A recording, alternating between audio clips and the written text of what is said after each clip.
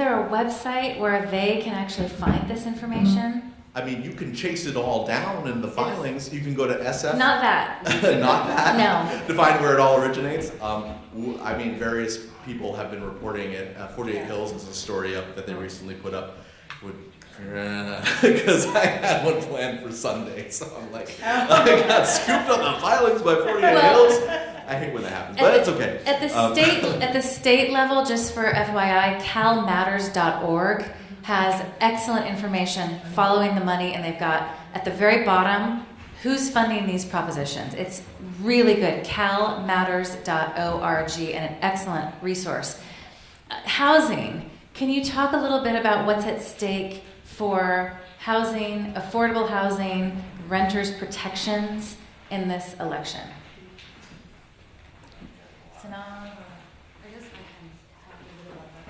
So around housing, I guess I can pick up where Sanaa left on Proposition M. So Proposition M is going to put the two offices that is under the mayor's office right now, the Office of Economic and Workforce Development, and the mayor's Office of Housing. So they're gonna take that two out from the mayor's office and make them an independent department. And what Proposition M does is create a commission to oversee the two departments, and also the commission can name the directors of the two new departments. What Prop M does is actually it has a poison pill to Proposition P and U. So that's what's interesting, because P and U, Proposition P is the competitive bidding for affordable housing. So the city, so it pretty much requires the city cannot take any housing, cannot give out any housing projects unless there's more than three proposals. Three bidders, sorry. 3 bidders. And what U does is, what does it do? Oh yeah, so it's gonna raise the income ceiling for inclusionary housing from 55% AMI to 110% AMI. So those couple ones concerns housing. You especially problematic because you're essentially like taking housing slot for lower income folks. You're putting it for middle income folks. I mean, I think we all can agree that middle income people deserve housing in San Francisco, but to do it by shifting the housing from lower income to middle income is kind of problematic. I mean, this doubles the income limits. Yeah. And so let's look at who is opposing this and supporting. So the ballot measure was proposed by Thomas Shea, thank you, a member of the San Francisco Democratic County Central Committee.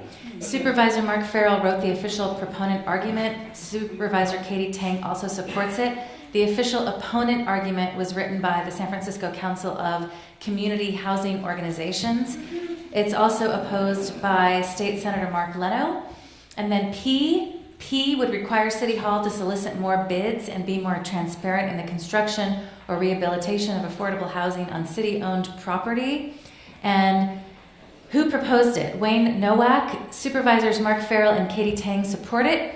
And again, the San Francisco Council of Community Housing Organizations wrote the official opponent argument. And then for M, Aaron Peskin is the author. Jane Kim and Eric Marr are co-sponsors. Those who oppose it include Senator Dianne Feinstein, former Mayor Willie Brown, and Lieutenant Governor Gavin Newsom. What else can you tell us about what is really at stake when we look at who's running for the board? What's really at stake for the future of affordable housing and renters' protections? Can I just jump here and say one of the things I think we've kind of spoken at perhaps a little indirectly is that basically right now we have a 65 majority. It's looking like there's a pretty good chance we're going to lose that majority in the fall. I know, Joe, you've been focusing a lot on D11. Want to talk about that? D5 is one I've been paying a lot of attention to. One, because I used to live in D5. but also because it's a really contentious race. It's a really, really contentious race. And I think I'm really appreciating the fact that Rose has been reading aloud the backers of each measure as we've gone through them, because people, I think, are not paying enough attention to where the votes are actually, how the votes are actually going down, who's endorsing what. And so a lot of, this is the way of advertising. There's been a lot of good advertising, some in the form of journalism or personal story about how compelling a candidate may be based on whether or not they grew up here or whether or not they're a local person. And that positionality only plays out in terms of really acting in the best interests of the community every so often. It's simply not true that you can follow that to votes that really benefit the average person in San Francisco. And because, sorry to cut you off, there's so much to follow. So D5, you've got the president, London Right. Breed, versus Dean Preston, who is an attorney. He fights for renters' rights. For the last year, I went to one of his boot camps, where he basically teaches renters how to protect themselves, because the main reason so many people are losing their homes is because they don't know their rights. Right. Just and for a little London background. Breed, just to tell mention one thing that is really important about this election is that she essentially appointed as committee heads mostly moderate members to every single committee.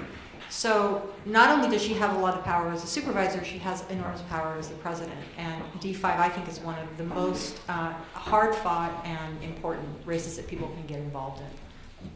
Anyone else want to add anything on D5?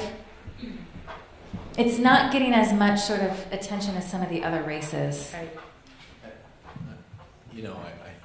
I hate to say it for the progressives out here who are supportive of Dean, but I think D5 is not getting as much attention because the progressives who are largely organizing for other candidates have largely kind of backed away from Dean. There's kind of been like a bit of a you need to a certain extent the organized people who are out there and who can mobilize and do on the ground work, and he has some, but the progressive establishment is a little bit back away. Why is that? So I understand that at the DCCC meeting to make official endorsements, Aaron Peskin decided not to endorse anyone in the D5 race. Do you know why? Yeah. Well, I can't speak for Aaron. I am not.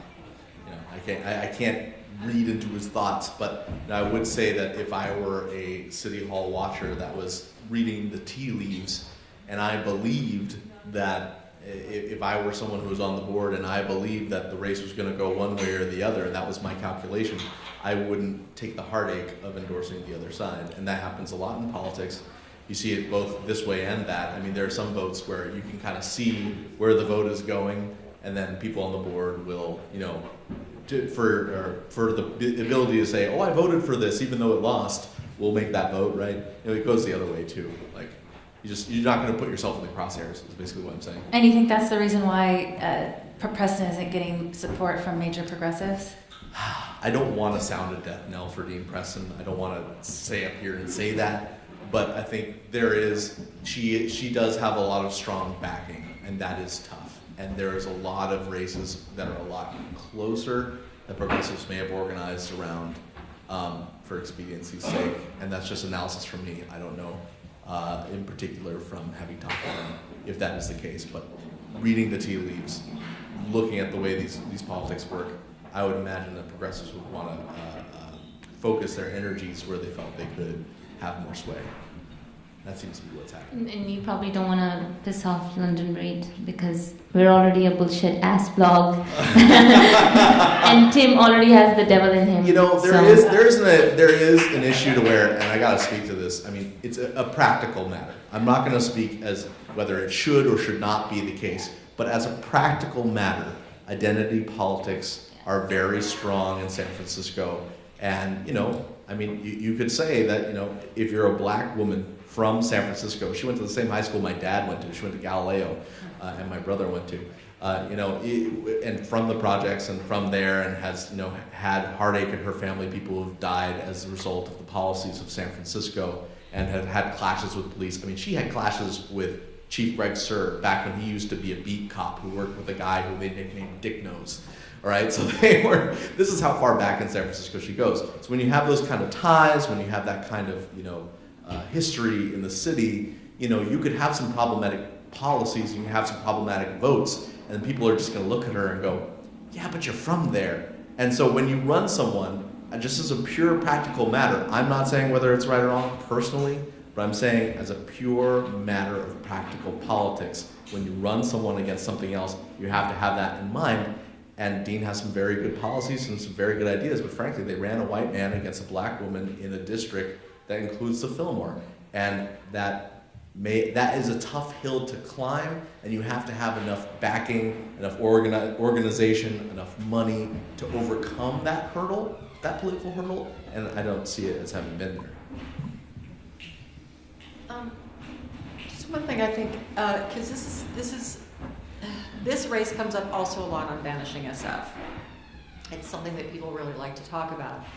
And one of the things I question too, and just in general in social media, there's been a lot of activity, I think, around this race among people I know who aren't sure. And to me, the issue of displacement is why I think Dean's an excellent candidate.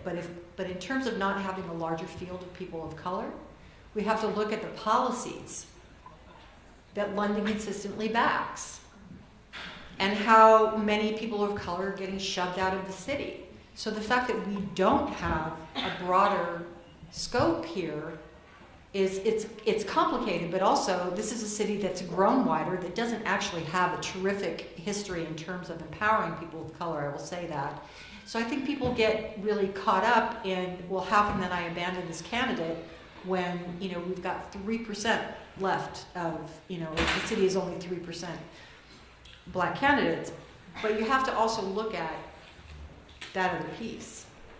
I think the other thing you need to look at where London is and where Malia is, all the HUD legislation for government subsidized housing, and what Justin Herman did, expired. All the real estate developers in the United States know that. They know that there's prime property in inner city locations where upper income people now want to come back into the cities to live. Look at the Western Addition and the HUD projects from Freedom West up to the Visadero, Midtown, from Erie, we're in St. Francis Square, over to Hayes Valley, which wants to expand and come up Lower Fillmore. So Oz Erickson, our local Irish developer who gave Rose Pack a second condo to waive the height limit for 100 Van Ness, said to the Chamber of Commerce, let's rezone the Western Addition. You cannot get more centrally location than those HUD projects. Yeah, and again. Ed Eads walked 2 HUD secretaries through Freedom West. Yeah, and again, I would say, being able to vote on the issues is so important, but there are so many low information voters out there, and as just a pure matter of political strategy, I'm not saying it's right. What I'm saying is, it is. And that is, you have to be wary of identity politics when they come through. I'm not saying that based on the record, this way or that. I'm just saying that that exists. So speaking of information, one question from the audience is, since the multitude of measures and candidates is so confusing, why don't progressive groups and the media do more to out the wealthy backers behind these races? I think the media is doing more. I think there's a lot of great coverage in the Examiner. I know that 48 Hills is doing some brilliant stuff and sort of tracking money, where candidates are getting their money from and different measures. I know that Mission Locals has been doing great work following local races in the Mission, consistently interviewing candidates and publishing, sort of very thoroughly their position on different issues as they develop and the majority of the issues as they stand. So I would say, and maybe I'm completely biased, but I would say that there are reporters out there that are doing a pretty good job. I mean, it might get drowned down because there's so much else happening, but there's definitely a lot out there that's been explained really, really well. I think the Examiner has done multiple editorials at this point explaining what the different propositions are, divided into different categories, like what are the propositions that are dealing with transport, what are the propositions that are dealing with governance, what are the different other propositions. So I think the information is definitely out there. But again, I'm picking up from what Joe said. It's also like, I mean, we have to appreciate the fact that, despite my joke about London Read, we have to appreciate the fact that when we sit here, we are as people probably much more informed than a lot of other individuals out there that we calling knowledge voters. But yeah, it's about identity politics, and as you mentioned, you know, the mayor having a lot of clout within Chinatown as well. So a lot of times it's not about what the track record is, no matter, and we all know the mayor's track record, or for that matter, if you look at the SFPD's track record or individual candidates' track record, have been covered over and over and over again in multiple news outlets. But at the end of the day, it also depends on like how identity politics work and how it works, and that is why the campaigns are the way they are. That's why the ads are the way they are. They're not dumb ads. They are simplistic in their nature to target something very specific and leave that message behind. So a related question, can you talk about getting involved with campaigns and candidates, and how can we fight against these big money campaigns? The person who wrote this says, Joe, you had a great column on this earlier this year. No. Yeah, sure. It was also one of my least read columns, so every once in a while I have to throw like a boring, dull but important column in there. We call them DBIs, they're dull but important, and that is, you know, there are places like this, groups like urbanIDEA, but also like, you know, get involved with local democratic clubs. Like for me, that's where it starts. You live in a neighborhood, you have neighborhood issues, you have potholes, you have whatever, you care about these things. Go join a neighborhood democratic club. If you don't have one, found one. It's actually pretty easy. Go there, air your issues. It gives you a platform. It gives you a voice. And there are so many groups in which you could do this. If you care about transportation, go to the San Francisco Transit Riders group. There's groups for just about everything. And becoming part of those groups, you don't have to, like there's always this idea that you have to put in so much effort, so much time, but it's really just a little bit here and there, and it adds up, and it makes a difference. And on the note of the less media coverage, I just frankly think there's just less media. I mean, there's more outlets now. I mean, we have Mission Locals doing killer work, 48 Hills is doing killer work, the Chinese papers are doing killer work, but at each of those institutions, there's not as many of us as there was before. And that actually matters when there's fewer at one organization, because we all feel compelled to cover some kinds of the same things in different ways. Like when this police report came out, you know, 48 Hills is going to have something. I'm sure Mission Local will have something. All the different newspapers are going to have something on this federal review of the police. And that means that there's that many people covering that one thing, and not that many people off in the dark corners covering the hidden money and stuff. Rose, can I just follow up, because I actually have one of those questions. I didn't frame it maybe well enough. What I meant to say was, since the other side has done such a good job of smearing progressive candidates, you know, whether it was going back to the David Compost race or now with Jane Kim, and personalizing the candidates as being against housing or for domestic abuse, you know, these outrageous kind of smears, but they stick to an extent, obviously, because they win. I wonder, you know, at the national level, Hillary Clinton's campaign has done an incredible job of making Donald Trump the issue.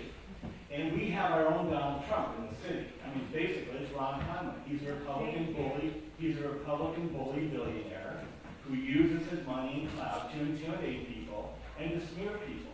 And so I'm just wondering why progressive campaigns, beyond the media, progressive media, which I agree has done a pretty good job of, you know, connecting the dots, why progressive campaigns aren't upping their game and saying, look, these are your enemies in the city. They're trying to evict you. They're trying to bring in, you know, the forces of greed that are destroying our city. Moderates have been, I'm sorry. To your point, David, just yesterday I was on Facebook, and all of a sudden I saw this "We Can't Trust Jane Kim" page, and I thought, what is this? In block letters, it says, paid for by We Can't Trust Jane Kim for Senate 2016 with major funding from Ron Conway. in block letters. Simultaneously, the weakest and strongest argument moderates make is that progressives are divisive. It is a constant drumbeat from moderates. We can't have that divisiveness. We can't have those people that divide. We can't divide us. We gotta unite us. What that basically means is don't ever disagree with us. We're always right. And if you question us, you're divisive and you're angry and you should get out. And it's an argument riddled with fallacies. But if you're someone who's not watching a lot, and it's a recurring theme, I keep bringing it up, but if you're a low information voter, you tend to believe it. It rings true. There's some sort of element of like, yeah, why are they so divisive anyway? Why are they so angry? What's that all about? So it kind of resonates. You see it resonate.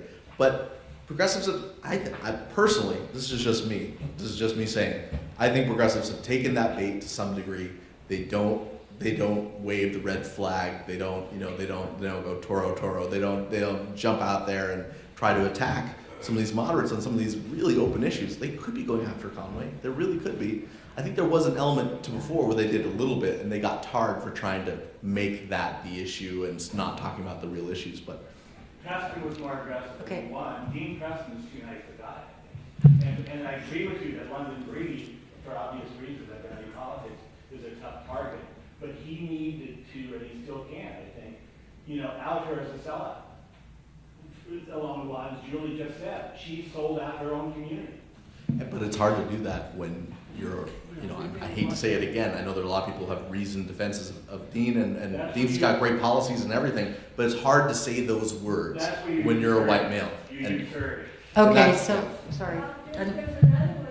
Oh, Julie wanted to respond to David. Go ahead, Julie. Okay, so one of the things I want to say is that there are other ways to do this. We lost a lot when we lost the Bay Guardian, because 48 Hills is a great blog. They're doing a great job. But the Bay Guardian was the standard bearer. It was on every street corner. People looked to it. And I think now the stuff that you see mostly on the streets, and Joe's really bringing up the rear with the Examiner, and the Examiner's been writing some really great columns. But, it's hard to get stuff out the way we used to get stuff out. And don't not include social media in this, because I will tell you something. In the last election, there were 750,000 people checking in to Vanishing SF, not just in this city. And in the first couple of years, I ran something on Ron Conway and Ed Lee every day, and I promoted it every single day, because you can do that on social media. I don't get the kind of heat, for example, that Sana and Joe and Tim are going to get for their coverage. So I think it's beholden on all of us, actually, to put that information out there. I put that information out there, and I will tell you something. When did you stop seeing photographs of Ron Conway and Ed Lee together? I ran photographs of them, every single one there was, every single day, and I would remind people, this is who Ron Conway is, this is who these billionaire investors are, you need to know who's calling the shots. And so I think another piece of this is that not only have we lost a lot of media, but media has changed. And we can say, well, why aren't we seeing all this coverage? Well, the coverage is being done. But yeah, it's not reaching as many people, unfortunately. So we can all play a role in getting that information out there. And it's also really important to support independent media. Yes. Because most of what we do is not backed by corporate interests. Donate. Yeah. And we do shows on these issues. We follow the money very closely. We did a whole show about all the rent control measures across the Bay Area. There are so many. For the first time in some cities, they're voting on rent control. There's so many important things going on. It's just, I'll tell you, behind the scenes, when we search for reporters and things to focus on, it takes time to find this stuff. It's out there, but it's not usually in one nice special place. You gotta look around for it and spend the time and then share it. It takes more. And I will say, it's sad that KGO is gone. I have a friend who was a reporter there for something like 13 years. Very progressive guy. And when it was bought by Cumulus, they came in with the axe. He said it was a bloodbath. A 30-year veteran sports guy wasn't even allowed to go say goodbye to his colleagues. They just got rid of people. And, you know, if you don't listen to AM, you can say, KGO, but the fact of the matter is, people relied on that for basic information. People who drive a lot listen to it. That is a major, major loss for the Bay Area. And it's almost like we forgot it happened. Yeah. You know, we just move on. So Well- this is what's happening. I mean, heck, in Sacramento, the number of reporters is shrinking. What does it look like at City Hall? I mean, how Yeah, many th- people are there- there regularly, kind of, you know, keeping track of what's happening at City Hall? I mean, there's only like me and Isabel and, and then Josh Sabatini at the Examiner. And you're being Great. serious. Heather, yeah, there's like, there used to be the, Emily Green, Chronicle, Emily Green, Heather Knight, Lizzie Johnson at some point, sometimes. I'm in there once, like once or 2 or 3 times a week, depending on what the week is and what meetings are happening. You know, Isabel will be in and out. And there's just not that many of us. There's a big room where there used to be like 10 to 15 to 20 of us at any one time. And now there's like 3 or 4 or 5 at any one time, and that's being generous. Yeah, I mean, I guess one thing that I want to add is like this campaign, I just want to share, I noticed something really interesting is a lot of the candidates actually set up WeChat, which is the Chinese Twitter account, and they've been doing a lot of their campaigning on Chinese media, on Chinese social media, and there's a lot of like smearing campaign going on too. So Among so there's one on Jane Kim, on Sandra Lee Fewer, and there's a couple other ones that I've seen. Yeah. Isabel, I'd love to hear your thoughts on this. From sometimes from my occasional dips into asking people to please, for the love of God, translate this ad for me in the Chinese media so that I can see what they're saying about each other. I mean, there tend to be press conferences, advertisements, rumors, stories that are entirely contained in the Chinese media, right? That just circulate there and are affecting a huge swath of voters that we don't even hear about, right? Is that? I mean, can you talk a little bit about that? I guess like one example that I can share is like the Chinese Twitter WeChat smearing campaign. I guess if you're not on it, you never get to see it. But I mean, our population is made up of what 1/5 of Chinese Americans. So they get to a good amount of voters out there. So yeah, I mean, there's a smearing campaign on Jane Kim earlier last week. About the fairs, also about the DHLM ballot measures, and yeah.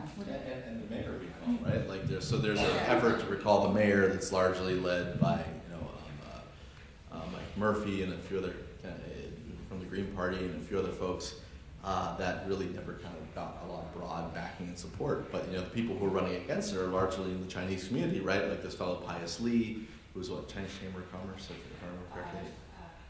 Yeah, something like that. Yeah. I know the Chinese. Yeah, the Chinese name, but not the translation. Yeah, that's fine. But like a lot of people who are power players in Chinatown, it's largely not reported in the English media. We're largely not set up to do it. I've been trying so hard to get some sort of translation things going. I even approached Isabel once about translating news into the Examiner, but it's really tough to break through that mold. Another question from the audience. Who are some of the potential candidates to be appointed or run for either Jane Kim or Scott Wiener's vacant seat on the board, depending on who wins? I mean, I guess we all, have heard some rumors, but it's not confirmed. Cindy Wu might be running for District 6, and I know that. Right, and possibly, another rumor is Teresa Sparks on the moderate side, who's an advocate for the transgender community and head of that office now. So, there's Sonia and Google is another one.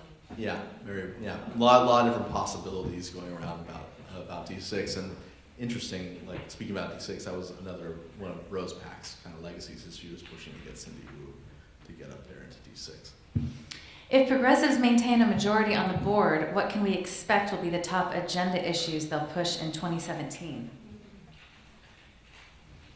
I'm going to throw Airbnb in there. I mean, Aaron Peskin changed the game on Airbnb, Yes, he did. right? Well, yeah, now there's this enormous lawsuit, but that's very, I mean, it's going to be alive anyway, no matter what the balance is, but how successful it is going to depend on the balance at the supervisor's level. So let's say it's a progressive majority, what else? No, Sana? talk more. Go ahead. No, Sana. what do you think would be the top 3 things that the progressives focus on? I don't really know, but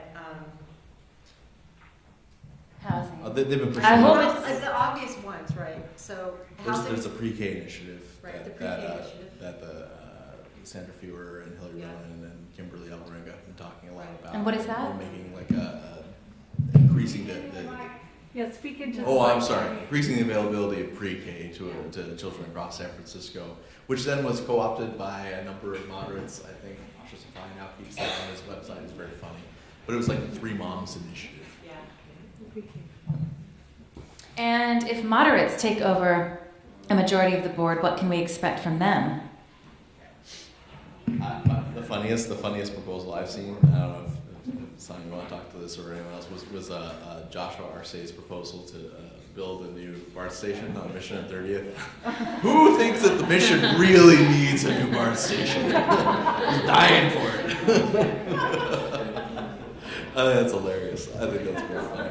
That's really cracking up about that. Well, but seriously, what else would change if moderates took over and had the mayor's support? Yeah, sure.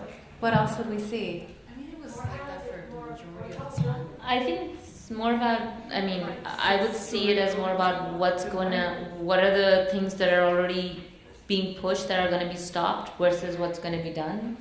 I mean, I think that if there's a progressive majority, I hope that there is more done on sort of the police reform, housing and homelessness, and from how you see the propositions in the voting that you broke down, it seems like we're going to go a bit in the reverse direction in terms of criminalizing homelessness and in terms of being more conservative on police reform and as well as housing as well. So it seems like, for me, I see it as what won't be done versus what may be done.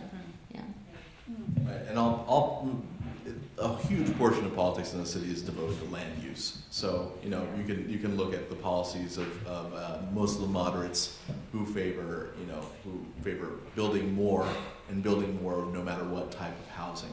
Now, that's been a long-standing kind of view of the moderates. It's kind of part of what's at issue with some of the propositions on the ballot now, like to what degree do we need affordable housing. And that's kind of been the ideological divide between moderates and progressives at this point. I think progressives have been arguing, and like Jane Kim and Aaron Peskin, crafting their measure to build more, to require more affordable housing to be built. Their stance would be, we need to just build more of any type, and once you do that, eventually you'll bring down the rental prices. And then progressives would argue, well, no, that's either going to take too long or it's not going to happen. And even if it does happen, it'll take decades, and we need to protect the people here now and prioritize rental protections in the near term. So there's a really strong divide on housing and how we handle the housing problem, and you can have reasonable arguments either way about it.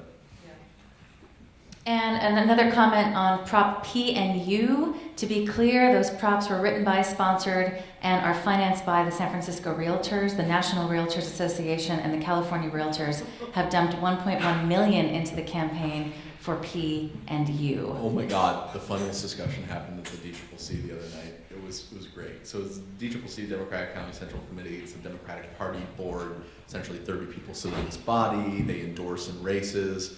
And someone, I think it was Keith Baraka. Yeah, it was Keith Baraka who sits on the DCCC. He's like, realtors are people too, I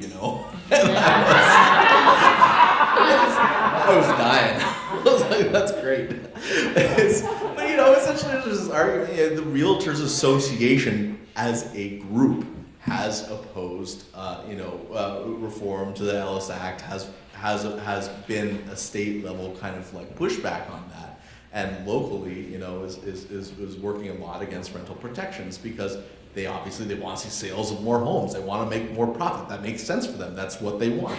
But then at the same time, you have to, have protections for renters, and renters are often, and people on behalf of renters are pushing back against the realtors who up until recently had a stranglehold on that Democratic Party board and on Biden endorsements in San Francisco. We have a budget question. Can you comment on this year's budget process, where our budget was balanced with money that does not exist yet to fund homeless services, with Mark Farrell as head of the Budget Commission and a proponent of the sales tax as a revenue source? Does anyone follow the ins and outs of the budget? I don't want to keep talking so darn much, but I find the funniest thing about that whole process was afterwards. I was talking to former Mayor Willie Brown, and even Willie Brown thought it was ridiculous that the budget was balanced on money that didn't yet exist. That was amazing. Even Willie Brown, of all people, said, "What the hell just happened? How'd that even go through?" But then again, we tie this back. This is kind of one of my pet peeves. Is I know certain social issues are so important. I'm not going to poo-poo anything. Like homelessness is so important, but it's also an idea that we can all easily grasp and talk about. But when we talk about Supervisor London Breed's ability to make appointments, for instance, that's where we see this chain of events happen that is so important. Supervisor Breed, as board president, made the appointments to the budget committee that then had the ability to manage that budget and to create that budget, putting Mark Farrell in that position, largely because possibly, there is this possibility that he will run for mayor when Mayor Ed Lee is termed out. So Mark Farrell is doing a lot of things to kind of bolster himself in his possible future mayoral run. It is rumored, he has not declared anything yet, but it is strongly rumored that he's doing that. So when he's budget chair, he can say, as budget chair, I passed this and I did that and I did this and I did that. And one of the things I guess you can say now is that he passed a budget based on money that wasn't there yet.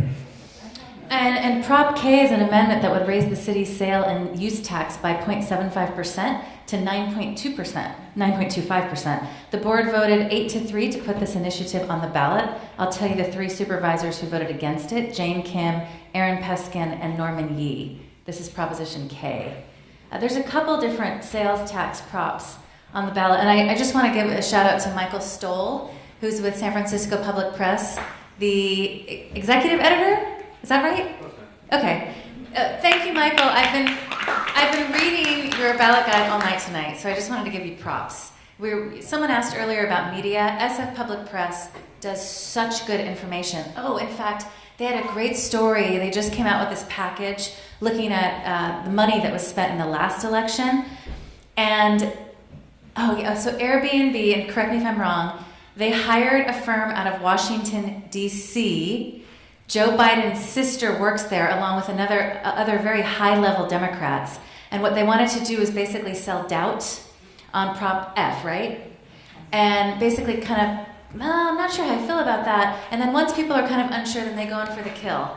And these are all high-level Democrats running this campaign, right? And so this is the kind of information that, thanks to independent media, we learn about these groups, because there's so many of these consultant groups out there. And it's just, you cannot find this by seeing a TV ad or reading about it. So big props to SF Public Press. Hi, Michael. Everyone should read it. It's freaking bad. You can get print copies. They're fascinating. Yeah. Old-fashioned, great newspaper. You can take it to bed with you and not hurt your eyes because you're not on your phone. Might even get delivered by bus. There's other ones, the taxing the sugary drinks, raising and extending a parcel tax to help City College, raising taxes on properties worth at least $5 million. That's Prop W. Any comments on these other raising tax measures? Isabel? W is great. I think a lot of people really supports it because of, it's going to bring money for free City College. And I can talk a bit about what W is about. Maybe, so it's going to raise property tax, transfer tax for properties that is over $5 million. It's gonna raise about $44 million or something like that. To fund free City College. And this passed the board 10-1. to put this initiative on the ballot. The only supervisor who voted against it was Mark Farrell. And the San Francisco Apartment Association officially opposes this. So basically, it would raise the tax paid to the city when properties worth $5 million or more change owners. All right, let's go to a couple more questions. Let's see, considering how the city has historically underfunded muni and homeless housing, do you think that there can be bipartisan support for J and K to fund these priorities through a sales tax increase? And is this the right way to go about it? Muni, so you have to answer. It's Muni, so I have to answer. I serve two roles. I'm a columnist, political columnist, but I also do straight news reporting about Muni. And one thing you can say for Muni is that they do have an outstanding capital budget. That capital budget has not yet been met. I believe, and I could be wrong, I don't have the number right off the top of my head, but I believe it was somewhere in the range of about $10 billion that they still need within, please double check that, but within the next decade or so. And really funnily, the head of SFMTA at Riskin was featured on a John Oliver video about how infrastructure wasn't sexy. He's like, it's not sexy. And John Oliver was like, neither is this guy. It was shame for poor Ed Riskin, but he's actually quite a nice guy. Essentially, there is a huge backlog and a huge need to fund infrastructure and transportation all across the country. I was just on a group call with transportation agencies countrywide, and as bad as Muni can sometimes be, as underfunded as we make it with our choices, at the same time, the country is really much worse. Oh God, it's awful. Some horror stories. But there's a big backlog of infrastructure need. BART has a bond are on right now for $3.5 billion, and it's a 2/3 approval by all Alameda, Contra Costa, and San Francisco counties. Without that, they have a $10 billion infrastructure investment need that's unfilled. Well, some of it, I believe, is filled, maybe $5 billion. But so there's a huge infrastructure need, and without that money, Muni is pretty hamstrung. I mean, we all, for the most part, have ridden Muni, I would hope, or at some point in our lives, if we're San Franciscans, and you know how it can be, and it's tough. They don't have those resources to keep the agency in a state of good repair without that capital investment. So one could identify it as a pretty strong need. I'm not saying that you should or should not vote for it, or I'm not advocating for it, but I am saying that need exists, and that lack of funding is strong and is there. So just to be clear, so K would raise the city's sales tax to 9.25%, and then J would lock City Hall into annual spending on services for the homeless and also upgrades for public transit. So they're linked. Voting against K and J, Jane Kim, Aaron Peskin, and Norman Yee. Why?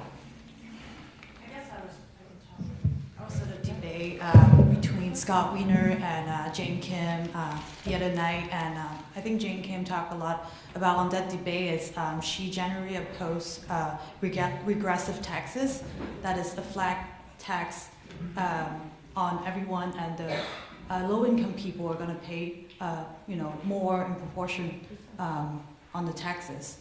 And she talks a little bit about that, and then that's why she said she, proposed Proposition W to tax, the healthier, the wealthy 1%, the 5 million and up property owners.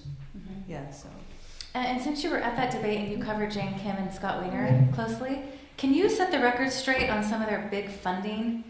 Because we got a question here about Jane Kim's big soda connections. And then there's just lots of, people are saying that Scott Wiener's getting money from Chevron. He says that's a lie. Can you set the record straight on that? I'm not sure if I could set the record straight, but there were a lot of finger pointing at the debate. It was like, you took money from PG&E. Big Soda, you took money from Chevron, PG&E, and Yeah, well, I think that people made that same accusation about David Campos back in his assembly race, that he took money from Big Soda, and I covered this, and I put that out there in a story at the time for the Big Guardian. They're kind of different in a way, and you could attack Jane for taking for having some help from the soda industry in some kind of removed way. But what does that mean? Well, hold on, I'll get to it. Okay. So what happened with David Campos was he initially, please correct me if I'm wrong, but this is what I reported at the time, was that he initially supported the soda tax, later reversed his position, and then the Harvey Milk LGBT Democratic Club was given some $40,000 or so by the beverage industry after they voted democratically to, for the same reason that Jane Kim mentioned, that it's a regressive tax. They voted to oppose it. So they took money from the soda industry, they put out mailers with Campos' face on it. So David Chu at the time had a fairly, I would say, legitimate beef that he had one position, he reversed the position, then he got aid from the industry and used it to send out mailers. But then for Jane Kim though, it's a little different because Jane Kim has always opposed regressive taxes. She's always opposed the sugary beverage tax. It's not like she had a position and then she reversed it and then got money. She just always had that position. So sometimes people are gonna, there are also, when I say removed, I mean the soda industry has put some, I believe, correct me if I'm wrong, taken some money from independent expenditures, given some money to independent expenditures that are spending.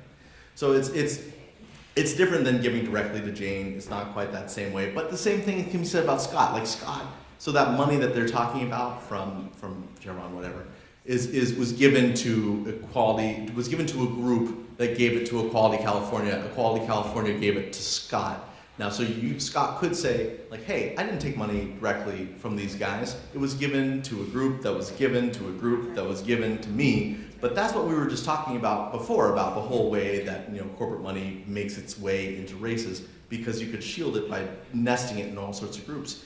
And it makes it very difficult to track who the money is intended for. Josh Arce had a similar argument about not taking money from the POA. The POA gave money to an independent expenditure. The independent expenditure, Police Officers Association, the police union, gave money to an independent expenditure. That independent expenditure gave money, sent out mailers on behalf of, Josh Arce and Marjan Philhauer in D1.